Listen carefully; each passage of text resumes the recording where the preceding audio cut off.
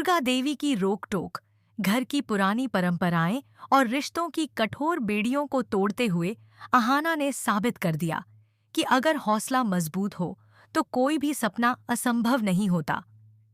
बड़े घर की छोटी बहू कहलाने वाली अहाना ने अपमान के तीरों को अपनी ताकत बनाकर 1 साल तक अथक मेहनत की और आखिरकार आईएएस अधिकारी बनकर न सिर्फ अपने मायके और ससुराल बल्कि पूरे समाज को चौंका दिया। कहानी की शुरुआत उस दिन से होती है जब अर्जुन की गलत फहमियों और अपमानजनक शब्दों से आहत होकर अहाना ने गुस्से या कमजोरी में नहीं बल्कि अपने स्वाभिमान और सपनों के लिए वह घर छोड़ दिया था। उसके आंसू उसकी कमजोरी नहीं बल्कि उसके संकल्प की स्याही बन चुके थे। उधर चतुर्वेदी परिवार की मुखिया दुर्गा देवी, जिन्हें कड़े नियमों और परंपराओं की प्रतिनिधि माना जाता था, जब यह सुनती हैं कि उनकी बहू मामा के घर रहकर आईएएस की तैयारी कर रही है, तो उनका दंभ और परिवार की प्रतिष्ठा मिलकर उन्हें अहाना को वापस लाने पर मजबूर कर देते हैं। लेकिन मामा जी दृढ़ता से कहते हैं, अहाना अब सिर्फ बहू बनकर नहीं, अधिकारी बनकर लौटेगी। यही वह क्षण था जब अहाना ने दुर्गा देवी के सामने डटकर कहा, मैं खुद को साबित किए बिना उस घर में कदम नहीं रखूंगी। यह सुनकर दुर्गा देवी के भीतर आंधी सी उठी, गुस्सा भी था और कहीं गहराई में एक उभरती नारी शक्ति का एहसास भी। इसके बाद शुरू होती है अहाना की ना थमने वाली लड़ाई।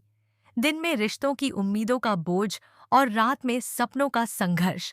छोटी सी अटारी में बैठकर वह किताबों से अपना भविष्य गढ़ती रही।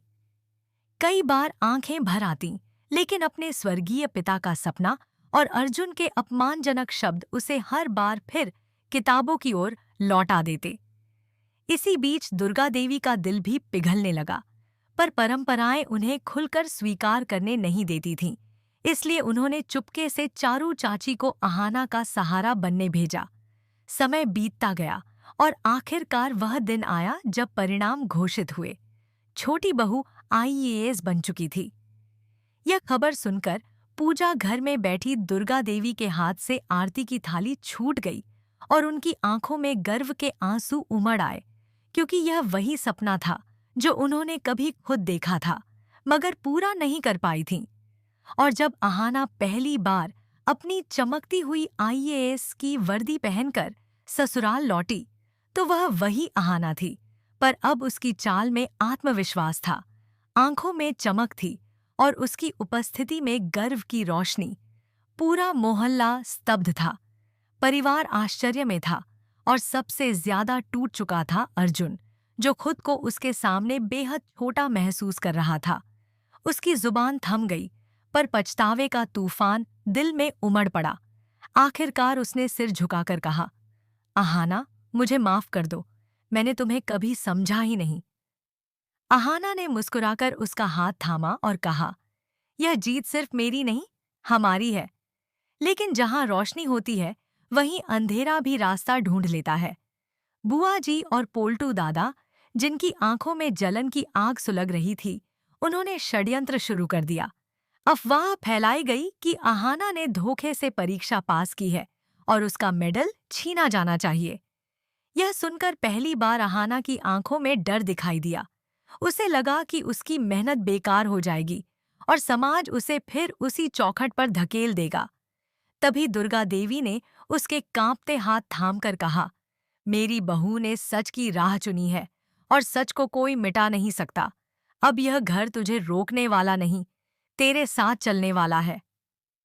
मगर अर्जुन के भीतर अब भी आत्मग्लानि का और अहंकार की जंग जारी थी। पोल्टू उसे भड़काते रहे, अब वह तुम्हें कठपुतली समझेगी, उसकी सफलता के आगे तुम बौने पड़ जाओगे।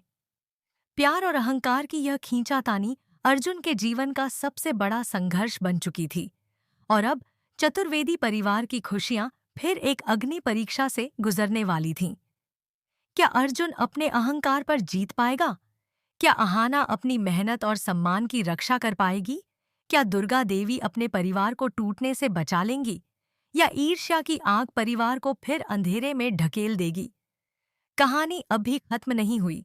अगला अध्याय तय करेगा कि जीत अहाना के प्रेम और सफलता की होगी या साजिशों और ईर्ष्या की दीवारों की। अगर चाहें, मैं इसे और सिनेमैटिक और डायलॉग बेस्ड या यूट्यूब नरेशन स्टाइल में भी बदल दूं।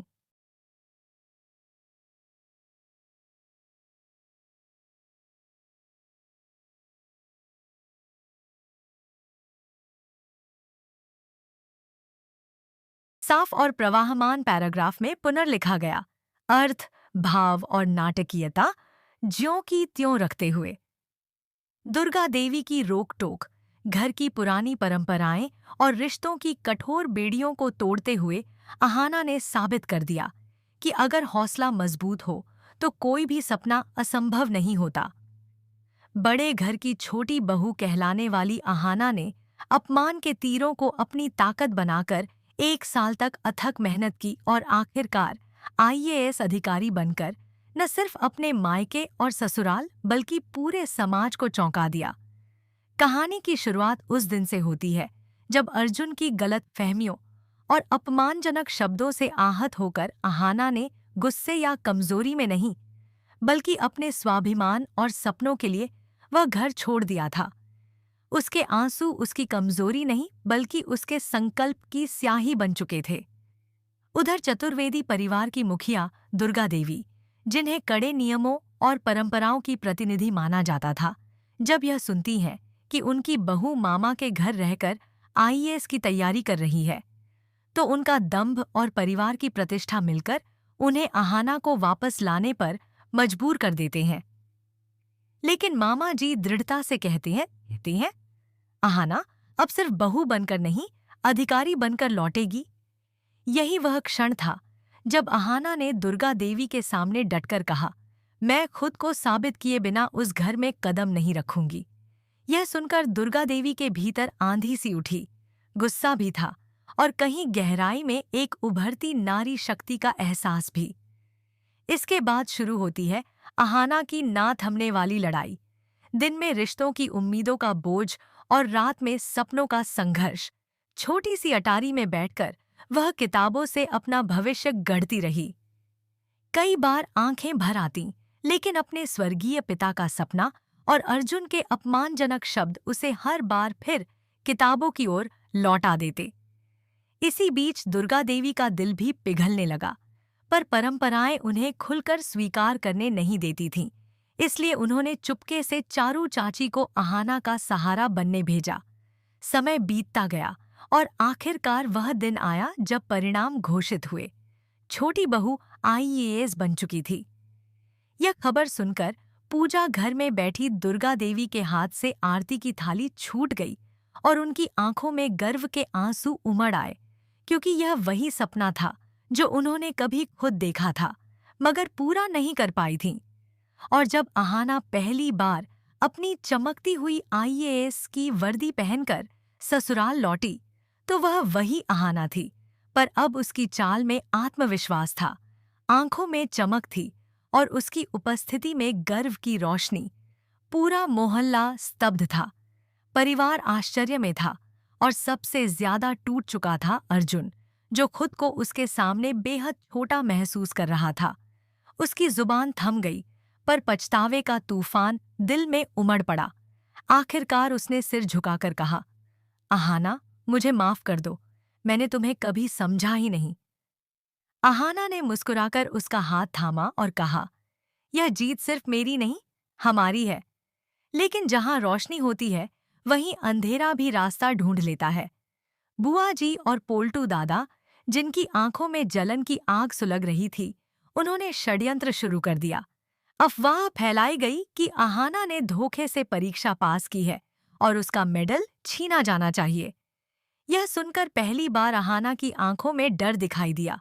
उसे लगा कि उसकी मेहनत बेकार हो जाएगी और समाज उसे फिर उसी चौखट पर धकेल देगा।